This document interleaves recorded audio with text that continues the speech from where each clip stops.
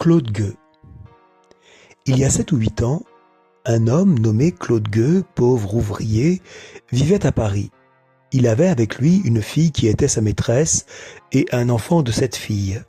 Je dis les choses comme elles sont, laissant le lecteur ramasser les moralités à mesure que les faits les sèment sur leur chemin.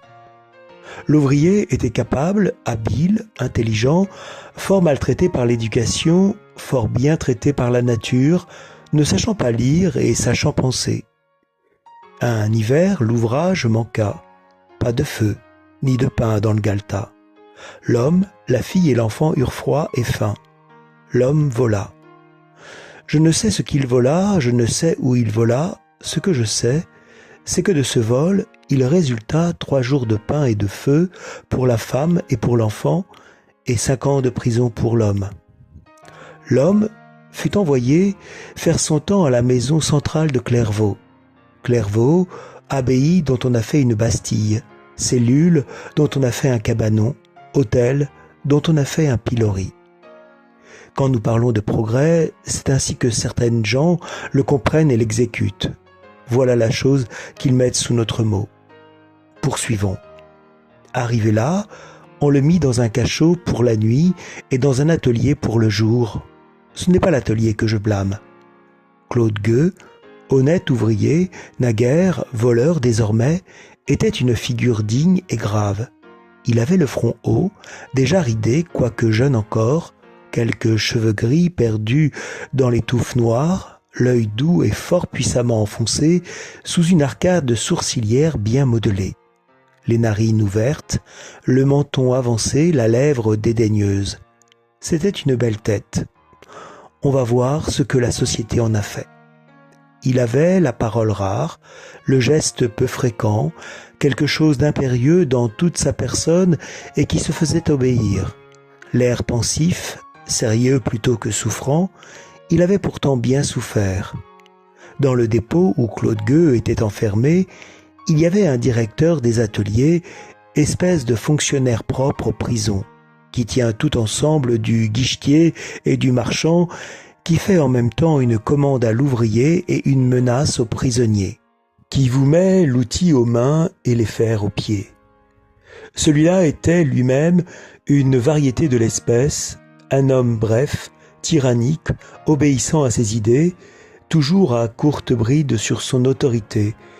D'ailleurs, dans l'occasion, bon compagnon, bon prince, jovial même, éraillant avec grâce, dur plutôt que ferme, ne raisonnant avec personne, pas même avec lui.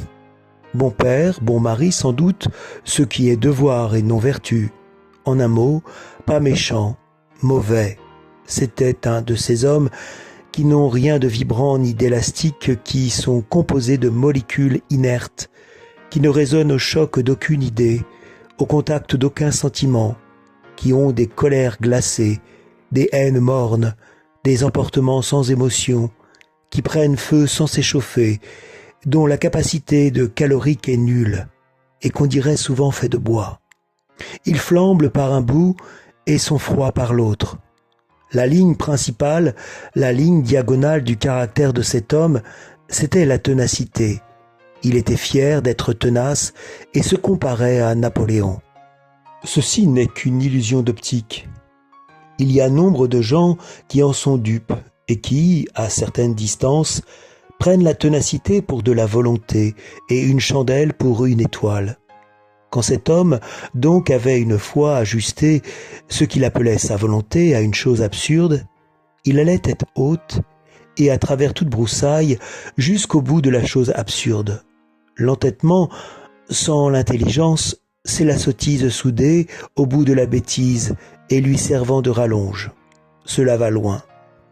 En général, quand une catastrophe privée ou publique s'est écroulée sur nous, si nous examinons d'après les décombres qui en gisent à terre, de quelle façon elle s'est échafaudée, nous trouvons presque toujours qu'elle a été aveuglément construite par un homme médiocre et obstiné qui avait foi en lui et qui s'admirait.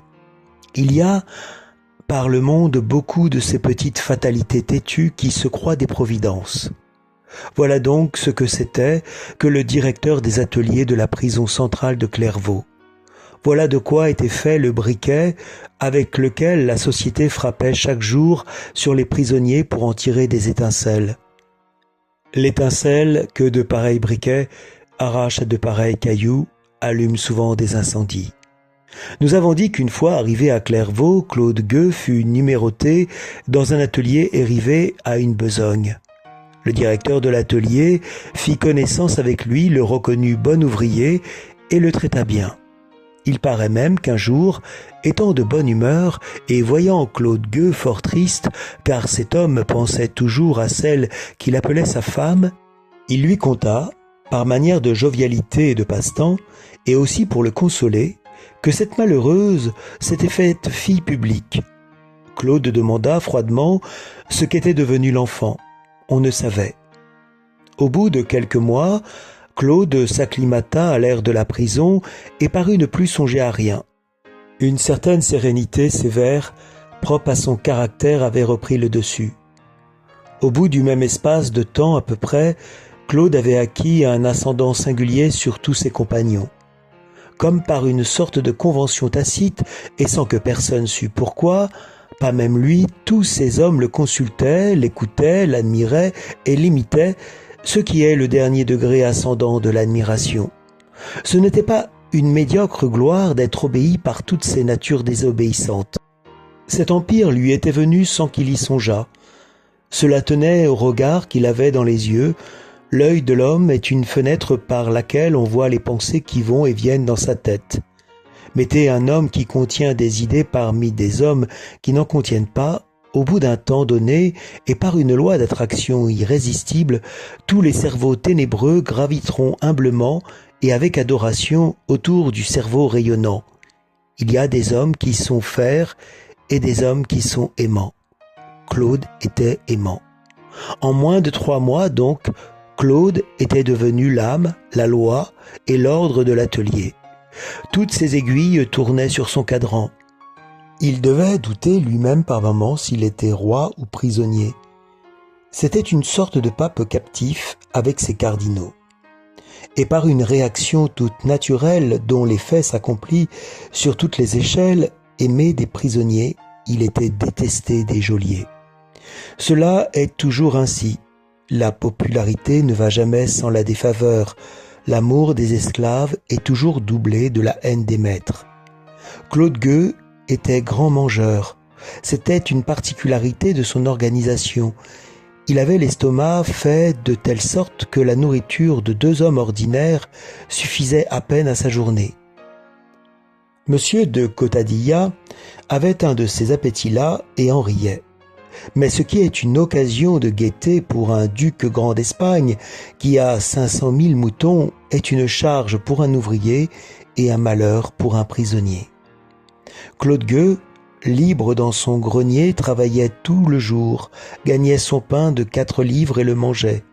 Claude Gueux, en prison, travaillait tout le jour et recevait invariablement pour sa peine 1,5 livre de pain et 4 onces de viande. La ration est inexorable. Claude avait donc habituellement faim dans la prison de Clairvaux. Il avait faim et c'était tout. Il n'en parlait pas. C'était sa nature ainsi.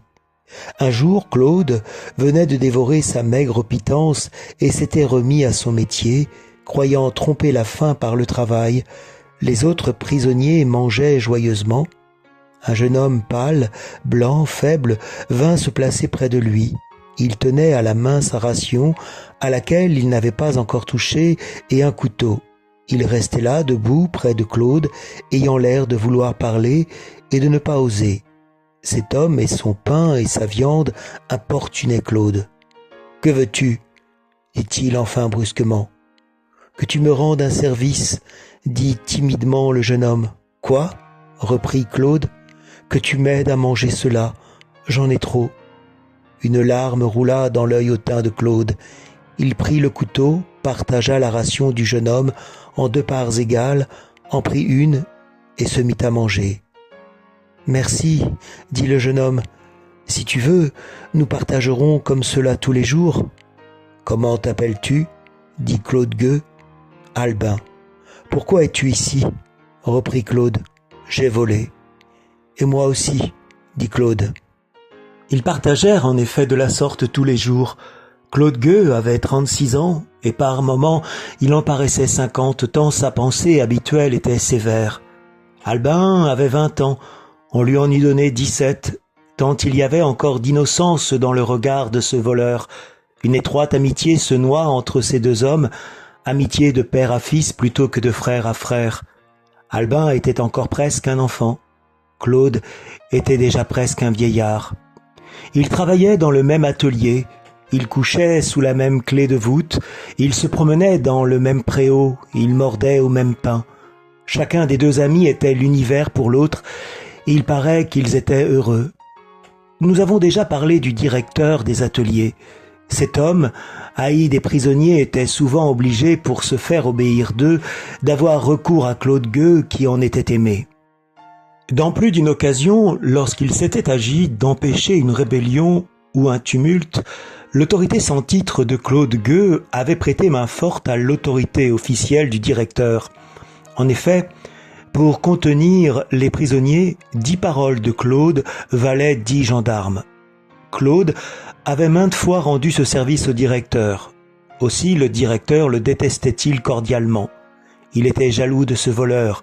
Il avait au fond du cœur une haine secrète, envieuse, implacable contre Claude, une haine de souverain de droit à souverain de fait, de pouvoir temporel à pouvoir spirituel.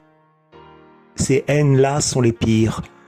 Claude aimait beaucoup Albin et ne songeait pas au directeur.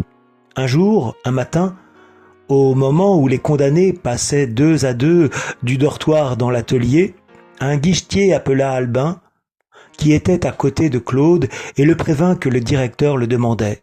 « Que te veut-on » dit Claude. « Je ne sais pas » dit Albin. Le guichetier emmena Albin. La matinée se passa, Albin ne revint pas à l'atelier. Quand arriva l'heure du repas, Claude pensa qu'il retrouverait Albin au préau. Albin n'était pas au préau. On rentra dans l'atelier. Albin ne reparut pas dans l'atelier. La journée s'écoula ainsi. Le soir, quand on ramena les prisonniers dans leur dortoir, Claude y chercha des yeux Albin et ne le vit pas. Il paraît qu'il souffrit beaucoup dans ce moment-là, car il adressa la parole à un guichetier, ce qu'il ne faisait jamais. « Est-ce qu'Albin est malade ?» dit-il. « Non, répondit le guichetier. « D'où vient donc, reprit Claude, qu'il n'a pas reparu aujourd'hui ?»« Ah, dit négligemment le porte-clés, c'est qu'on l'a changé de quartier. » Les témoins qui ont déposé de ces faits plus tard remarquèrent qu'à cette réponse du guichetier, la main de Claude, qui portait une chandelle allumée, trembla légèrement. Il reprit avec calme. « Qui a donné cet ordre-là » Le guichetier répondit « M.D. » Le directeur des ateliers s'appelait M.D. La journée du lendemain se passa comme la journée précédente sans Albin. Le soir, à l'heure de la clôture des travaux, le directeur M.D. vint faire sa ronde habituelle dans l'atelier. Du plus loin que Claude le vit, il ôta son bonnet de grosse laine, il boutonna sa veste grise, triste livrée de Clairvaux, car il est de principe dans les prisons qu'une veste respectueusement boutonnée prévient favorablement les supérieurs. Et il se tint debout, et son bonnet à la main, à l'entrée de son banc, attendant le passage du directeur. Le directeur passa. « Monsieur, » dit Claude. Le directeur s'arrêta et se détourna à demi. « Monsieur, » reprit Claude, « est-ce que c'est vrai qu'on a changé Albin de quartier ?»« Oui, » répondit le directeur. « Monsieur, » poursuivit Claude, « j'ai besoin d'Albin pour vivre. » Il ajouta. « Vous savez que je n'ai pas assez de quoi manger avec la ration de la maison et qu'Albin partageait son pain avec moi. »« C'était son affaire, » dit le directeur. « Monsieur, est-ce qu'il n'y aurait pas moyen de faire remettre Albin dans le même quartier que moi ? » Impossible. Il y a décision prise. Par qui ? Par moi. Monsieur D, reprit Claude, c'est la vie ou la mort pour moi, et cela dépend de vous. Je ne reviens jamais sur mes décisions. Monsieur, est-ce que je vous ai fait quelque chose ? Que vous ai-je fait ? Rien. En ce cas, dit Claude, pourquoi me séparez-vous d'Albin ? Parce que, dit le directeur. Cette explication donnée, Le directeur passa outre. Claude baissa la tête et ne répliqua pas. Pauvre lion en cage à qui l'on ôtait son chien.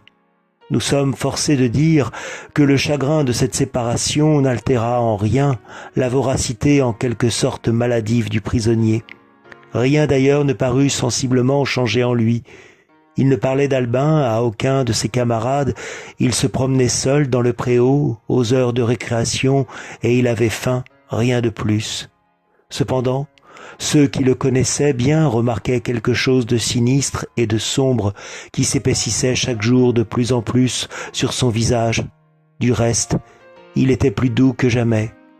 Plusieurs voulurent partager leur ration avec lui. Il refusa en souriant. Tous les soirs, depuis l'explication que lui avait donnée le directeur, il faisait une espèce de chose folle qui étonnait de la part d'un homme aussi sérieux. Au moment où le directeur, ramené à heure fixe par sa tournée habituelle, passait devant le métier de Claude, Claude levait les yeux et le regardait fixement, puis il lui adressait d'un ton plein d'angoisse et de colère, qui tenait à la fois de la prière et de la menace, ces deux mots seulement, « Et Albin ». Le directeur faisait semblant de ne pas entendre ou s'éloignait en haussant les épaules. Cet homme avait tort de hausser les épaules, car il était évident pour tous les spectateurs de ces scènes étranges que Claude Gueux était intérieurement déterminé à quelque chose. Toute la prison attendait avec anxiété quel serait le résultat de cette lutte entre une ténacité et une résolution. Il a été constaté qu'une fois, entre autres, Claude dit au directeur « Écoutez, monsieur, rendez-moi mon camarade, vous ferez bien, je vous assure. Remarquez que je vous dis cela. » Une autre fois, un dimanche, comme il se tenait dans le préau, assis sur une pierre, les coudes sur les genoux et son front dans ses mains, immobile depuis plusieurs heures dans la même attitude, le condamné Fayette s'approcha de lui et lui cria en riant « Que diable fais-tu donc là, Claude ?» Claude leva lentement sa tête, sévère, et dit « Je juge quelqu'un. » Un soir, enfin, le 25 octobre 1831, au moment où le directeur faisait sa ronde, Claude brisa sous son pied avec bruit un verre de montre qu'il avait trouvé le matin dans un corridor. Le directeur demanda d'où venait ce bruit. « Ce n'est rien, dit Claude, c'est moi, monsieur le directeur, rendez-moi Albin, rendez-moi mon camarade. »« Impossible, dit le maître. »« Il le faut pourtant, dit Claude d'une voix basse et ferme, et regardant le directeur en face. Il ajouta « Réfléchissez, nous sommes aujourd'hui le 25 octobre. Je vous donne jusqu'au 4 novembre. » Un guichetier fit remarquer à M.D. que Claude le menaçait et que c'était un cas de cachot. « Non, point de cachot, dit le directeur avec un sourire dédaigneux.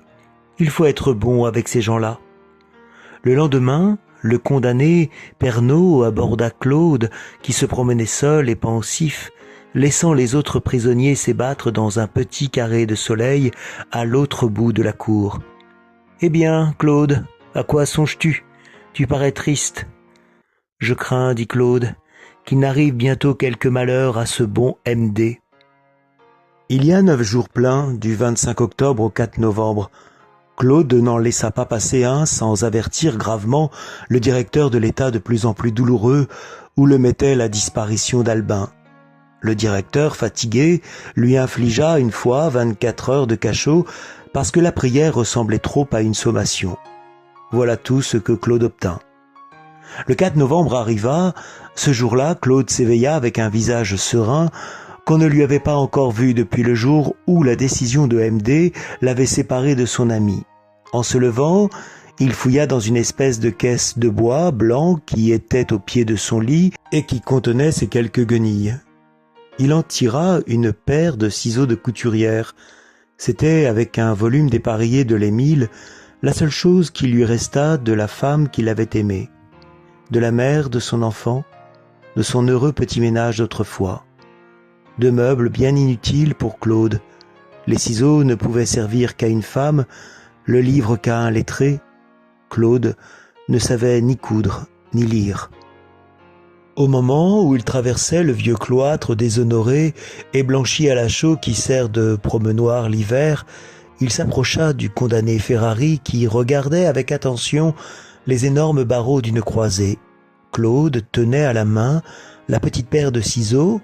Il la montra à Ferrari en disant « Ce soir, je couperai ces barreaux-ci avec ces ciseaux-là. » Ferrari, incrédule, se mit à rire et Claude aussi. Ce matin-là, il travailla avec plus d'ardeur qu'à l'ordinaire. Jamais il n'avait fait si vite et si bien. Il parut attacher un certain prix à terminer dans la matinée un chapeau de paille que lui avait payé d'avance un honnête bourgeois de Troyes, Monsieur Bressier.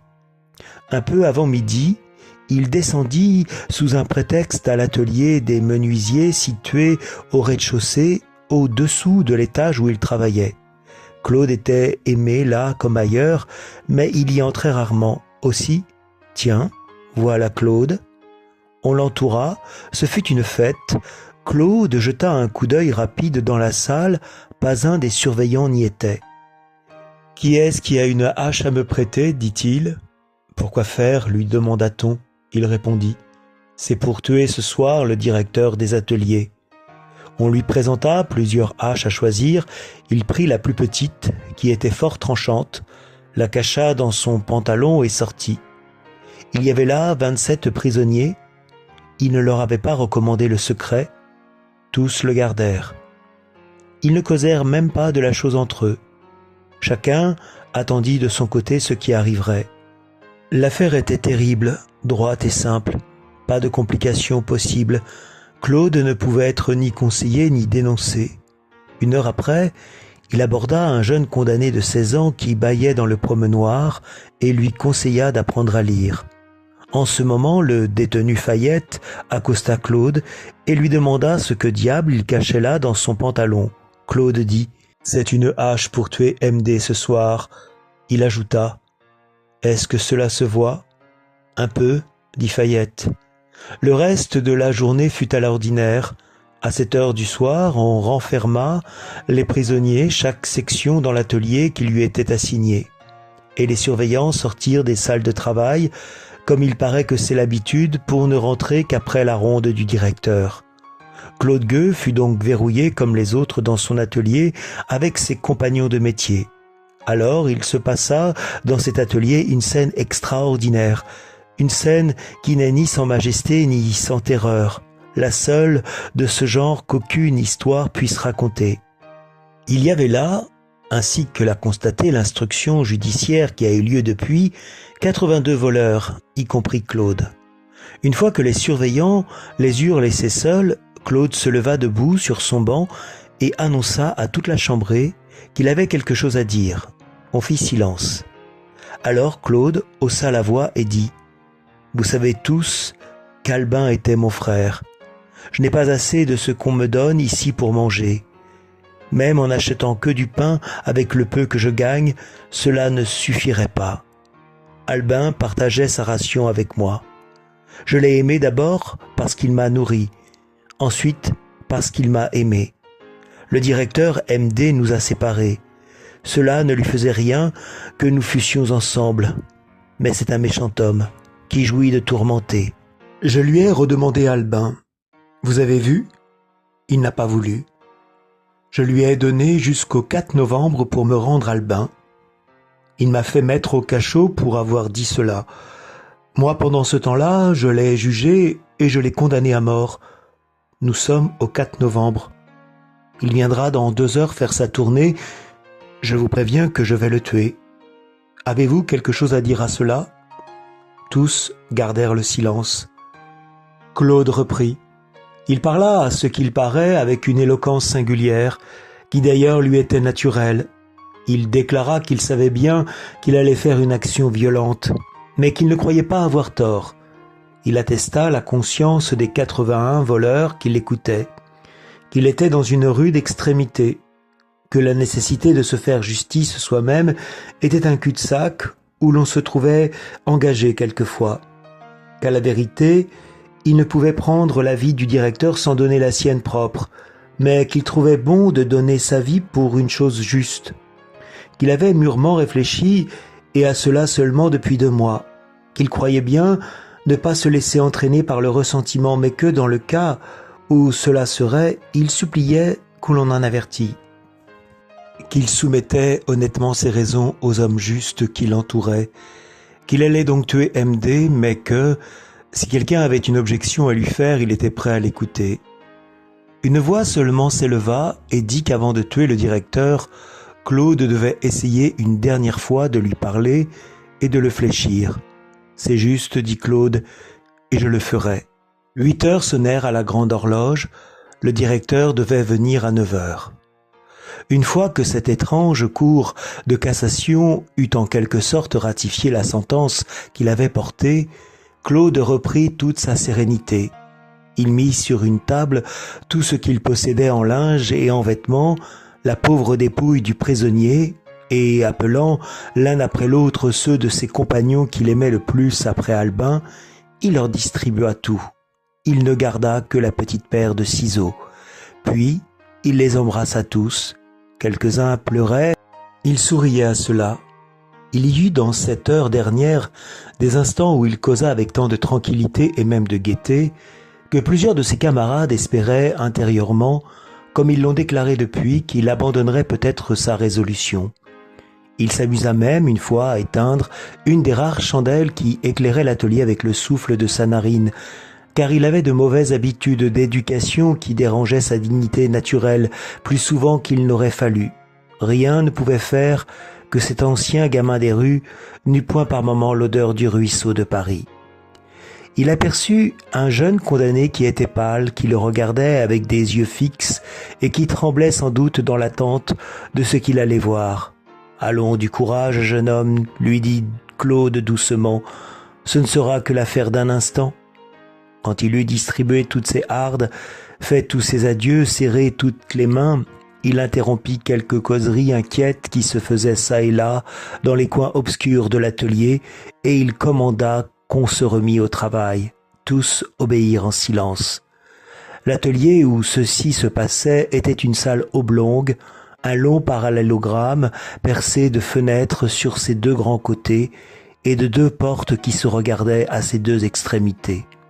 Les métiers avec leurs bancs étaient rangés de chaque côté près des fenêtres, les bancs touchant le mur à angle droit, et l'espace resté libre entre les 2 rangées de métiers formait une sorte de longue voie qui allait en ligne droite de l'une des portes à l'autre et traversait ainsi toute la salle. C'était cette longue voie assez étroite que le directeur avait à parcourir en faisant son inspection. Il devait entrer par la porte sud et ressortir par la porte nord, après avoir regardé les travailleurs à droite et à gauche. D'ordinaire, il faisait ce trajet assez rapidement et sans s'arrêter. Claude s'était replacé lui-même à son banc et il s'était remis au travail, comme Jacques Clément se fut remis à la prière. Tous attendaient, le moment approchait. Tout à coup, on entendit un coup de cloche. Claude dit « c'est l'avant-quart ». Alors il se leva, traversa gravement une partie de la salle et alla s'accouder sur l'angle du premier métier à gauche, tout à côté de la porte d'entrée. Son visage était parfaitement calme et bienveillant. 9 heures sonnèrent, la porte s'ouvrit, le directeur entra. En ce moment-là, il se fit dans l'atelier un silence de statue. Le directeur était seul, comme d'habitude. Il entra avec sa figure joviale, satisfaite et inexorable, ne vit pas Claude qui était debout à gauche de la porte, la main droite cachée dans son pantalon, et passa rapidement devant les premiers métiers, hochant la tête, mâchant ses paroles et jetant çà et là son regard banal sans s'apercevoir que tous les yeux qui l'entouraient étaient fixés sur une idée terrible. Tout à coup, il se détourna brusquement, surpris d'entendre un pas derrière lui. C'était Claude qui le suivait en silence depuis quelques instants. « Que fais-tu là, toi ?» dit le directeur. « Pourquoi n'es-tu pas à ta place ? Car un homme n'est plus un homme là. C'est un chien. On le tutoie. » Claude Gueux répondit respectueusement. « C'est que j'ai à vous parler, monsieur le directeur. »« De quoi ? D'Albin. »« Encore, dit le directeur. »« Toujours, dit Claude. »« Ah ça, reprit le directeur, continuant de marcher, tu n'as donc pas eu assez de 24 heures de cachot ?» Claude répondit en continuant de le suivre. « Monsieur le directeur, rendez-moi mon camarade. Impossible. Monsieur le directeur, dit Claude, avec une voix qui eût attendri le démon, je vous en supplie, remettez Albin avec moi. Vous verrez comme je travaillerai bien. Vous qui êtes libre, cela vous est égal.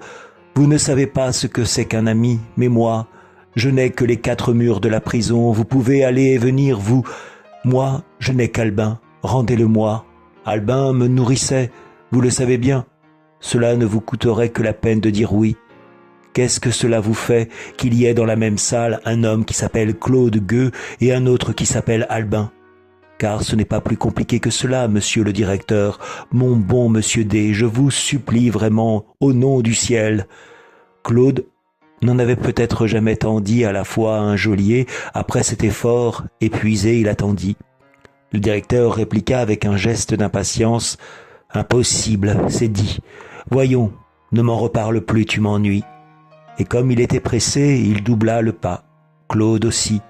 En parlant ainsi, ils étaient arrivés tous deux près de la porte de sortie. Les 80 voleurs regardaient et écoutaient, haletants. Claude prit doucement le pan de l'habit du directeur. « Mais au moins que je sache pourquoi je suis condamné à mort. Dites-moi pourquoi vous l'avez séparé de moi. »« Je te l'ai déjà dit, » répondit le directeur, « parce que... » Et tournant le dos à Claude, il avança la main vers le loquet de la porte de sortie. À la réponse du directeur, Claude avait reculé d'un pas. Les 80 statues qui étaient là virent sortir de son pantalon sa main droite avec la hache. Cette main se leva, et avant que le directeur eût pu pousser un cri, 3 coups de hache, chose affreuse à dire, assénés dans la même entaille, lui avaient ouvert le crâne.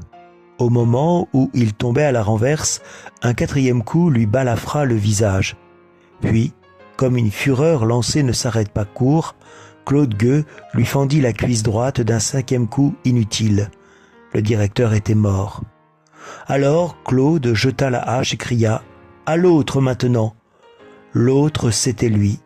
On le vit tirer de sa veste les petits ciseaux de sa femme, et sans que personne songeât à l'en empêcher, il se les enfonça dans la poitrine. La lame était courte, la poitrine était profonde. Il y fouilla longtemps et, à plus de 20 reprises en criant « Cœur de damné, je ne te trouverai donc pas !» Et enfin, il tomba baigné dans son sang, évanoui sur le mort. Lequel des deux était la victime de l'autre? Quand Claude reprit connaissance, il était dans un lit couvert de linge et de bandages entouré de soins. Il avait auprès de son chevet de bonnes sœurs de charité et de plus un juge d'instruction qui instrumentait et qui lui demanda avec beaucoup d'intérêt « Comment vous trouvez-vous » Il avait perdu une grande quantité de sang, mais les ciseaux avec lesquels il avait eu la superstition touchante de se frapper avaient mal fait leur devoir. Aucun des coups qu'il s'était portés n'était dangereux. Il n'y avait de mortel pour lui que les blessures qu'il avait faites à MD. Les interrogatoires commencèrent. On lui demanda si c'était lui qui avait tué le directeur des ateliers de la prison de Clairvaux. Il répondit oui. On lui demanda pourquoi. Il répondit parce que. Cependant, à un certain moment, ses plaies s'envenimèrent et il fut pris d'une fièvre mauvaise dont il faillit mourir. Novembre, décembre, janvier et février se passèrent en soins et en préparatifs. Médecins et juges s'empressaient autour de Claude, les uns guérissaient ses blessures, les autres dressaient son échafaud. Abrégeons. Le 16 mars 1832, il parut, étant parfaitement guéri devant la cour d'assises de Troyes. Tout ce que la ville peut donner de foule était là. Claude eut une bonne attitude devant la cour. Il s'était fait raser avec soin, il avait la tête nue, il portait ce morne habit des prisonniers de Clairvaux, mi-parti de 2 espèces de gris. Le procureur du roi avait encombré la salle de baïonnettes, afin, dit-il à l'audience, de contenir tous les scélérats qui devaient figurer comme témoins dans cette affaire. Lorsqu'il fallut entamer les débats, il se présenta une difficulté singulière. Aucun des témoins des événements du 4 novembre ne voulait déposer contre Claude. Le président les menaça de son pouvoir discrétionnaire. Ce fut en vain. Claude alors leur commanda de déposer. Toutes les langues se délièrent. Ils dirent ce qu'ils avaient vu. Claude les écoutait tous avec une profonde attention. Quand l'un d'eux, par oubli ou par affection pour Claude, omettait des faits à la charge de l'accusé, Claude les rétablissait. De témoignage en témoignage, la série des faits que nous venons de développer se déroula devant la cour. Il y eut un moment où les femmes qui étaient là pleurèrent. L'huissier appela le condamné Albin. C'était son tour de déposer. Il entra en chancelant, il sanglotait. Les gendarmes ne purent empêcher qu'il n'allât tomber dans les bras de Claude. Claude le soutint et dit en souriant au procureur du roi « Voilà un scélérat qui partage son pain avec ceux qui ont faim. » Puis il baisa la main d'Albin. La liste des témoins épuisée, monsieur le procureur du roi se leva et prit la parole en ces termes. « Messieurs les jurés, la société serait ébranlée jusque dans ses fondements si la vindicte publique n'atteignait pas les grands coupables comme celui qui, etc. » Après ce discours mémorable, l'avocat de Claude parla. La plaidoirie contre et la plaidoirie pour firent, chacune à leur tour, les évolutions qu'elles ont coutume de faire dans cette espèce d'hippodrome qu'on appelle un procès criminel. Claude jugea que tout n'était pas dit, il se leva à son tour, il parla de telle sorte qu'une personne intelligente qui assistait à cette audience s'en revint frappée d'étonnement. Il paraît que ce pauvre ouvrier contenait bien plutôt un orateur qu'un assassin. Il parla debout avec une voix pénétrante et bien ménagée, avec un œil clair, honnête et résolu, avec un geste presque toujours le même, mais plein d'empire. Il dit les choses comme elles étaient, simplement, sérieusement, sans charger ni amoindrir, convainc de tout, regarda l'article 296 en face et posa sa tête dessous. Il eut des moments de véritable haute éloquence qui faisaient remuer la foule et où l'on se répétait à l'oreille dans l'auditoire ce qu'il venait de dire. Cela faisait un murmure pendant lequel Claude reprenait haleine en jetant un regard fier sur les assistants. Dans d'autres instants, cet homme qui ne savait pas lire était doux, poli, choisi comme un lettré, puis par moments encore modeste, mesuré, attentif, marchant pas à pas dans la partie irritante de la discussion, bienveillant pour les juges. Une fois seulement, il se laissa aller à une secousse de colère. Le procureur du roi avait établi dans le discours que nous avons cité en entier que Claude Gueux avait assassiné le directeur des ateliers sans voie de fait ni violence de la part du directeur, par conséquent sans provocation. « Quoi » s'écria Claude. « Je n'ai pas été provoqué. »« Ah, oui, vraiment, c'est juste, je vous comprends. Un homme ivre me donne un coup de poing, je le tue, j'ai été provoqué. Vous me faites grâce, vous m'envoyez aux galères. Mais un homme qui n'est pas ivre et qui, à toute sa raison, me comprime le cœur pendant 4 ans, m'humilie pendant 4 ans, me pique tous les jours, toutes les heures, toutes les minutes, d'un coup d'épingle, à quelque place inattendue pendant 4 ans. J'avais une femme pour qui j'ai volé. Il me torture avec cette femme. J'avais un enfant pour qui j'ai volé. Il me torture avec cet enfant. Je n'ai pas assez de pain, un ami m'en donne. Il m'ôte mon ami et mon pain. Je redemande mon ami, il me met au cachot. Je lui dis vous, à lui, mouchard, il me dit tu. Je lui dis que je souffre, il me dit que je l'ennuie. Alors, que voulez-vous que je fasse? Je le tue? C'est bien, je suis un monstre. J'ai tué cet homme, je n'ai pas été provoqué. Vous me coupez la tête. Faites. Mouvement sublime, selon nous, qui faisait tout à coup surgir, au-dessus du système de provocation matérielle sur lequel s'appuie l'échelle mal proportionnée des circonstances atténuantes, toute une théorie de la provocation morale oubliée par la loi. Les débats fermés, le président fit son résumé impartial et lumineux. Il en résulta ceci: une vilaine vie, un monstre en effet. Claude Gueux avait commencé par vivre en concubinage avec une fille publique, puis il avait volé, puis il avait tué. Tout cela était vrai. Au moment d'envoyer les jurés dans leur chambre, le président demanda à l'accusé s'il avait quelque chose à dire sur la position des questions. « Peu de choses, dit Claude. Voici pourtant, je suis un voleur et un assassin. J'ai volé et tué. Mais pourquoi ai-je volé? Pourquoi ai-je tué? Posez ces 2 questions à côté des autres, messieurs les jurés. » Après un quart d'heure de délibération sur la déclaration des 12 champenois qu'on appelait messieurs les jurés, Claude Gueux fut condamné à mort. Il est certain que, dès l'ouverture des débats, plusieurs d'entre eux avaient remarqué que l'accusé s'appelait Gueux, ce qui leur avait fait une impression profonde. On lut son arrêt à Claude, qui se contenta de dire « C'est bien ». Mais pourquoi cet homme a-t-il volé? Pourquoi cet homme a-t-il tué? Voilà 2 questions auxquelles ils ne répondent pas. Rentré dans la prison, il soupa gaiement et dit « 36 ans de fait ». Il ne voulut pas se pourvoir en cassation. Une des sœurs qui l'avait soigné vint l'en prier avec larmes. Il se pourvut par complaisance pour elle. Il paraît qu'il résista jusqu'au dernier instant, car au moment où il signa son pourvoi sur le registre du greffe, le délai légal des 3 jours était expiré depuis quelques minutes. La pauvre fille, reconnaissante, lui donna 5 francs, il prit l'argent et la remercia. Pendant que son pourvoi pendait, des offres d'évasion lui furent faites par les prisonniers de Troyes, qui s'y dévouaient tous. Il refusa. Les détenus jetèrent successivement dans son cachot par le soupirail un clou, un morceau de fil de fer et une anse de seau. Chacun de ces 3 outils eût suffi à un homme aussi intelligent que l'était Claude pour limer ses fers. Il remit l'anse, le fil de fer et le clou au guichetier. Le 8 juin 1832, 7 mois et 4 jours après le fait, l'expiation arriva.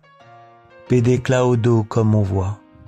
Ce jour-là, à 7 heures du matin, le greffier du tribunal entra dans le cachot de Claude et lui annonça qu'il n'avait plus qu'1 heure à vivre. Son pourvoi était rejeté. « Allons, dit Claude froidement, j'ai bien dormi cette nuit sans me douter que je dormirai encore mieux la prochaine. Il paraît que les paroles des hommes forts doivent toujours recevoir de l'approche de la mort une certaine grandeur. » Le prêtre arriva, puis le bourreau. Il fut humble avec le prêtre, doux avec l'autre. Il ne refusa ni son âme ni son corps. Il conserva une liberté d'esprit parfaite.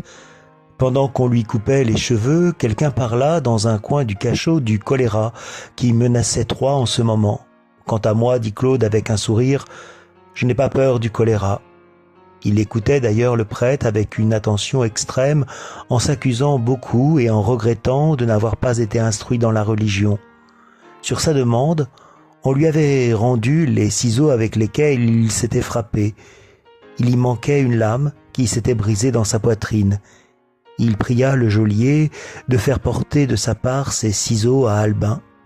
Il dit aussi qu'il désirait qu'on ajoutât à ce legs la ration de pain qu'il aurait dû manger ce jour-là. Il pria ceux qui lui lièrent les mains de mettre dans sa main droite la pièce de 5 francs que lui avait donnée la sœur, la seule chose qui lui restât désormais. À 8h moins quart, il sortit de la prison avec tout le lugubre cortège ordinaire des condamnés. Il était à pied, pâle, l'œil fixé sur le crucifix du prêtre, mais marchant d'un pas ferme. On avait choisi ce jour-là pour l'exécution, parce que c'était jour de marché, afin qu'il y eût le plus de regards possible sur son passage, car il paraît qu'il y a encore en France des bourgades à demi sauvages où, quand la société tue un homme, elle s'en vante. Et il monta sur l'échafaud gravement, l'œil toujours fixé sur le gibet du Christ. Il voulut embrasser le prêtre, puis le bourreau, remerciant l'un, pardonnant à l'autre. Le bourreau le repoussa doucement, dit une relation. Au moment où l'aide le liait sur la hideuse mécanique, il fit signe au prêtre de prendre la pièce de 5 francs qu'il avait dans sa main droite et il lui dit « Pour les pauvres ». Comme 8 heures sonnaient en ce moment, le bruit du beffroi de l'horloge couvrit sa voix et le confesseur lui répondit qu'il n'entendait pas. Claude attendit l'intervalle de 2 coups et répéta avec douceur « Pour les pauvres ». Le 8e coup n'était pas encore sonné que cette noble et intelligente tête était tombée. Admirable effet des exécutions publiques. Ce jour-là même, la machine étant encore debout au milieu d'eux et pas lavée, les gens du marché se révoltèrent pour une question de tarif et faillirent massacrer un employé de l'octroi. Le doux peuple, que vous font ces lois-là? Nous avons cru devoir raconter en détail l'histoire de Claude Gueux parce que selon nous, tous les paragraphes de cette histoire pourraient servir de tête de chapitre au livre où serait résolu le grand problème du peuple au XIXe siècle. Dans cette vie importante, il y a 2 phases principales, avant la chute, après la chute. Et sous ces 2 phases, 2 questions. question de l'éducation, question de la pénalité, et entre ces deux questions, la société tout entière. Cet homme, certes, était bien né, bien organisé, bien doué. Que lui a-t-il donc manqué? Réfléchissez. C'est là le grand problème de proportion dont la solution, encore à trouver, donnera l'équilibre universel. Que la société fasse toujours pour l'individu autant que la nature. Voyez Claude Gueux, cerveau bien fait, cœur bien fait, sans nul doute, mais le sort le met dans une société si mal faite qu'il finit par voler.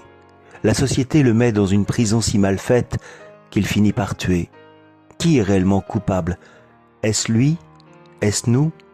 Question sévère, question poignante qui sollicite à cette heure toutes les intelligences qui nous tirent tous, tant que nous sommes par le pan de notre habit, et qui nous barreront un jour si complètement le chemin, qu'il faudra bien les regarder en face et savoir ce qu'elles nous veulent. Celui qui écrit ces lignes essayera de dire bientôt peut-être de quelle façon il les comprend. Quand on est en présence de pareils faits, quand on songe à la manière dont ces questions nous pressent, on se demande à quoi pensent ceux qui gouvernent, s'ils ne pensent pas à cela. Les chambres sont tous les ans gravement occupées. Il est sans doute très important de désenfler les sinécures et d'écheniller le budget. Il est très important de faire des lois pour que j'aille déguisé en soldat, monter patriotiquement la garde à la porte de monsieur le comte de Lobau que je ne connais pas et que je ne veux pas connaître, ou pour me contraindre à parader au carré Marigny sous le bon plaisir de mon épicier dont on a fait mon officier. Il est important, députés ou ministres, de fatiguer et de tirailler toutes les choses et toutes les idées de ce pays dans des discussions pleines d'avortements.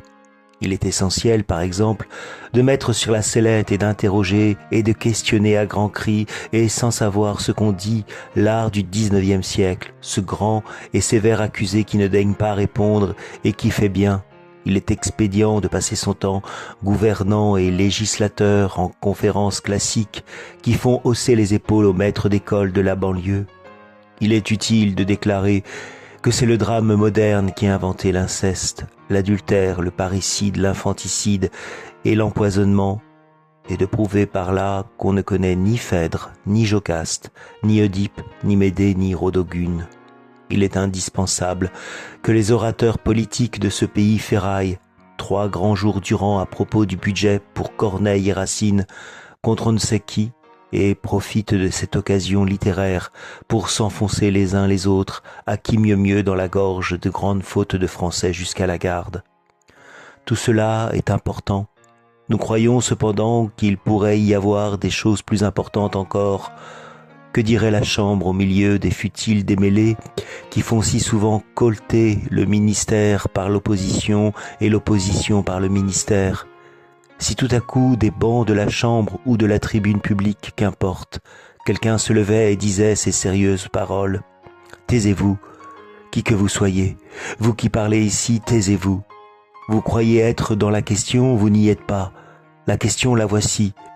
La justice vient, il y a 1 an à peine, de déchiqueter un homme à Pamiers avec un eustache.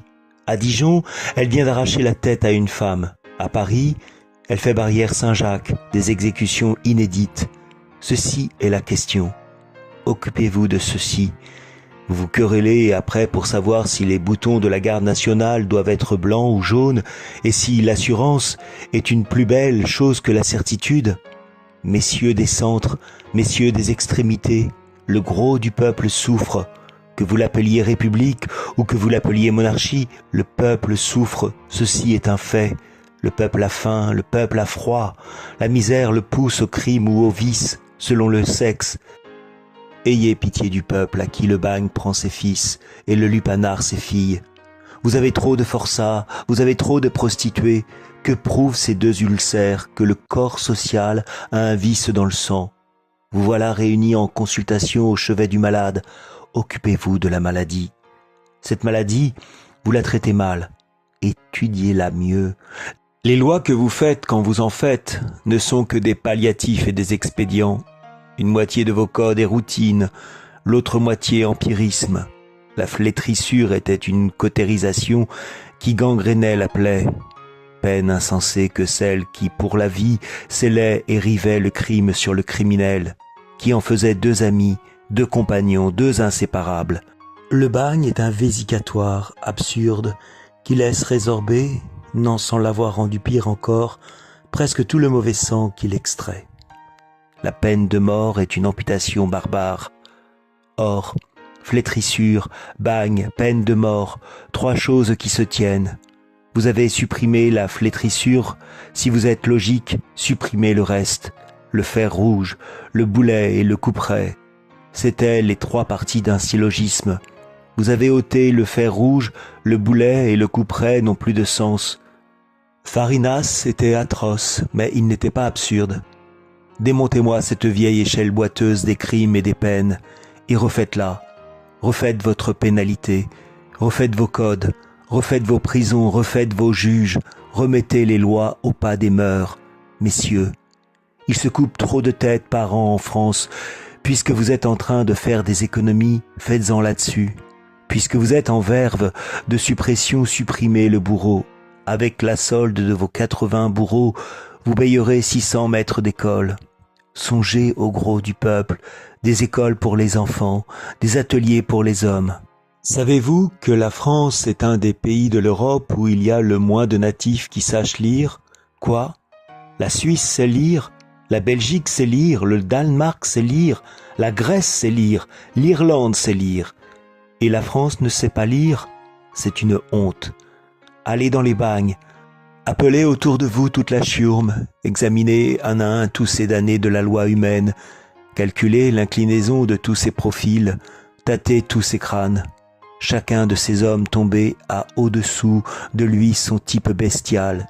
Il semble que chacun d'eux soit le point d'intersection de telle ou telle espèce animale avec l'humanité. Voici le loup-cervier, voici le chat, voici le singe, voici le vautour, voici l'hyène. Or, de ces pauvres têtes mal conformées, le premier tort est à la nature sans doute, le second à l'éducation. La nature a mal ébauché, l'éducation a mal retouché l'ébauche. Tournez vos soins de ce côté. Une bonne éducation au peuple, développez de votre mieux ces malheureuses têtes afin que l'intelligence qui est dedans puisse grandir. Les nations ont le crâne bien ou mal fait selon leur institution. Rome et la Grèce avaient le front haut. Ouvrez le plus que vous pourrez l'angle facial du peuple. Quand la France saura lire, ne laissez pas sans direction cette intelligence que vous aurez développée. Ce serait un autre désordre. L'ignorance vaut encore mieux que la mauvaise science. Non. Souvenez-vous qu'il y a un livre plus philosophique que le compère Matthieu, plus populaire que le constitutionnel, plus éternel que la charte de 1830. C'est l'écriture sainte. Et ici, un mot d'explication.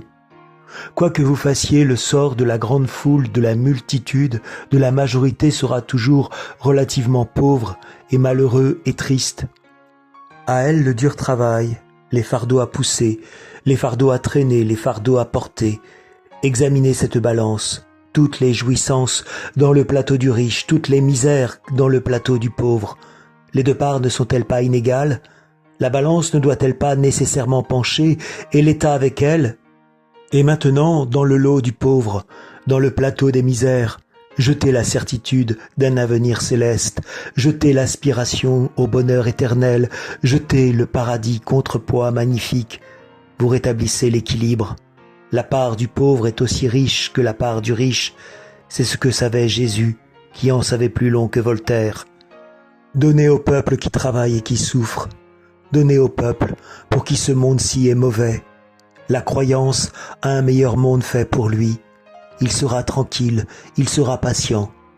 La patience est faite d'espérance. Donc, ensemencez les villages d'évangile, une Bible par cabane. Que chaque livre et chaque chant produisent à eux deux un travailleur moral. La tête de l'homme du peuple, voilà la question. Cette tête est pleine de germes utiles. Employée pour la faire mûrir et venir à bien ce qu'il y a de plus lumineux et de mieux tempéré dans la vertu. Tel a assassiné sur les grandes routes qui, mieux dirigé, eût été le plus excellent serviteur de la cité. Cette tête de l'homme du peuple, cultivez-la, Défrichez-la, arrosez-la, fécondez-la, éclairez-la, moralisez-la, utilisez-la. Vous n'aurez pas besoin de la couper. Victor Hugo.